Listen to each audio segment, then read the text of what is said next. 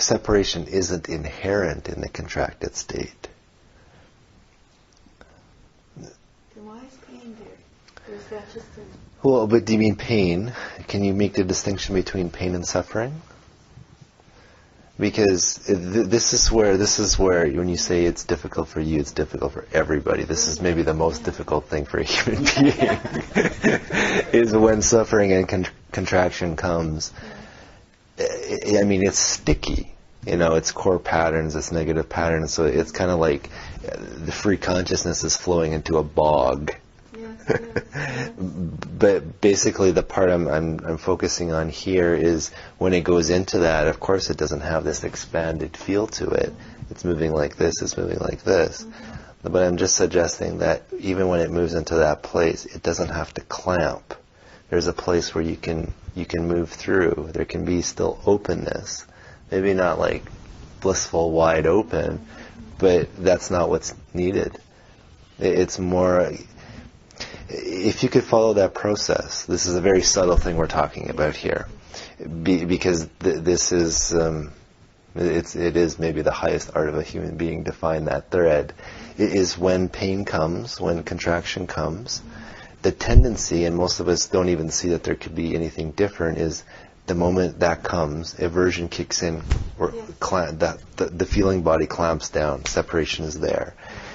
But that's not inherent. If you could slow the process down, most people, they don't. It's just unconscious. It's something that we don't like comes, boom, we're closed. But there's a place where we can allow the consciousness to move in.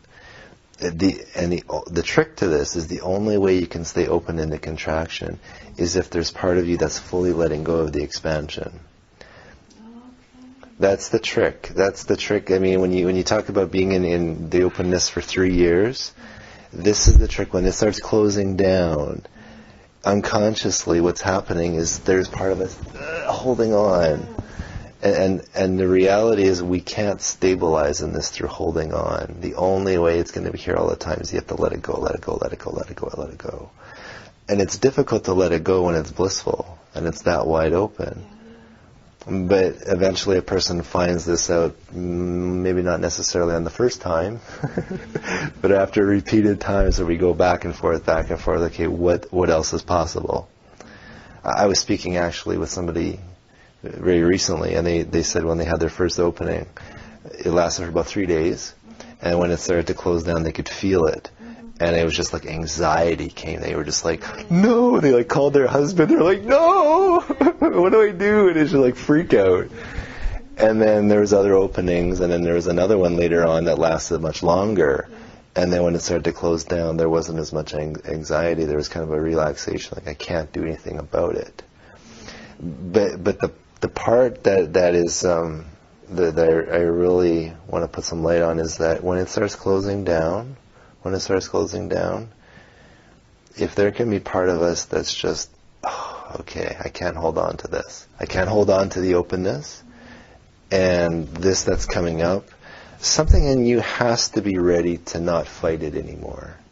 And that's the trick, because as it really kind of embodies in that space, we're simultaneously letting go of freedom and opening to suffering.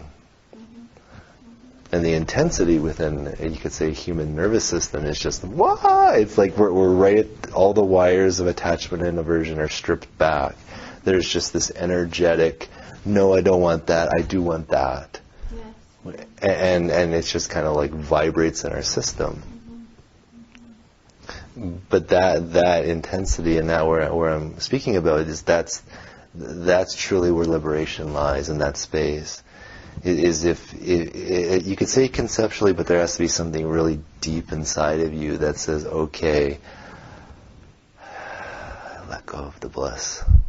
To even say that is too much. There has to be something in you that's just like a Teflon pan, where it's just, I let it go. Yeah, it's almost like there's this deep trust. You can't know until you let it go, because it's like, if I let it go, it's never coming back. But there needs to be a sense in you that's like, you just have to find out through repeated experience that when you let go, it comes back. You don't know how, but it does. And then likewise, at the same time, that's like half the picture. The other picture is there's this crap and crud coming up. And has this sense, I don't want to see it, because I don't, that really wrecks the self-image if I see this, and I don't want to feel it. And again, it's just like, it's just like, there can be, the intensity can be, just feel like you're breaking inside. And a lot of people experience it as just like so raw, so raw. I have to say from my own experience, because it just kind of happened natural, in the sense of I had openings and closings and openings and closings, and then there's one point where it was a deeper explosion. And then I just, I was in that place like many people are, it's going to be like this forever. And it was a powerful just blowout.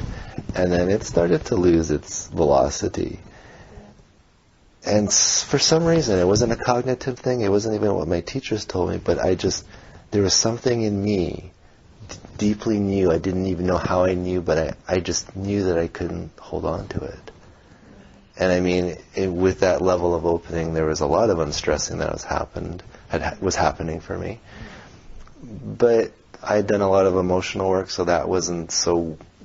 It was intense, but I was like, I'm used to it, so that's happening, this is falling away. And somehow I just relaxed. And basically what I've discovered is that is the whole trick of this whole thing. It seems so subtle, but that's the whole trick. Otherwise you keep oscillating back and forth, back and forth, back and forth. And it's just something in you, and it's like you say, even how you say now, something went into you. So now something in your being has registered that that's a possibility. But that's the whole trick, and I describe it to people so many times, but I know it's not being heard because you can't almost conceive that possibility in your experience until you've experienced it. Because it's just like, well, waking up in true nature is the expansion and the bliss and the openness. So then there's that, which is true, that you're in truth when you're there.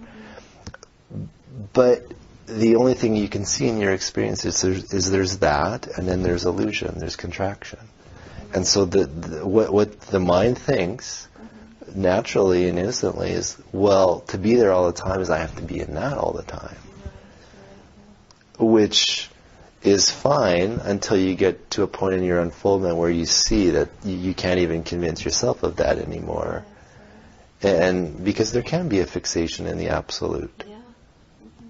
And there can be in Zen they call it drunk on emptiness. There can be a chasing of bliss even after awakening, because you're now opened, your availability to the treasures of the infinite is much more. You're much more open to it, and they're much more available, so you can consume them more and more. But at a certain point, there's a possibility where you're not distracted by the fruits of the divine. You don't push them away, but it's kind of like the Buddha under the Bodhi tree. The demons come and the maidens come, and he's just like, yeah, you know what? Nah, I'm just sitting here. And that's the thread of liberation, is you don't need your experience to be perfect to be free. Something in you just has to stop. You can't even do this through effort, but something in you has to stop pushing away experience. That's the aversion, or grabbing on to experience.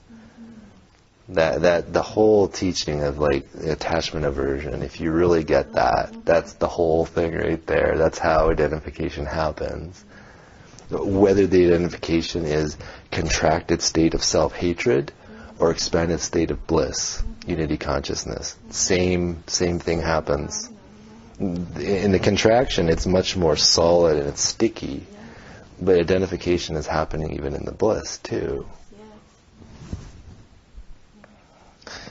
And that's where someone has to be open and ready to that, because it's not about getting something anymore.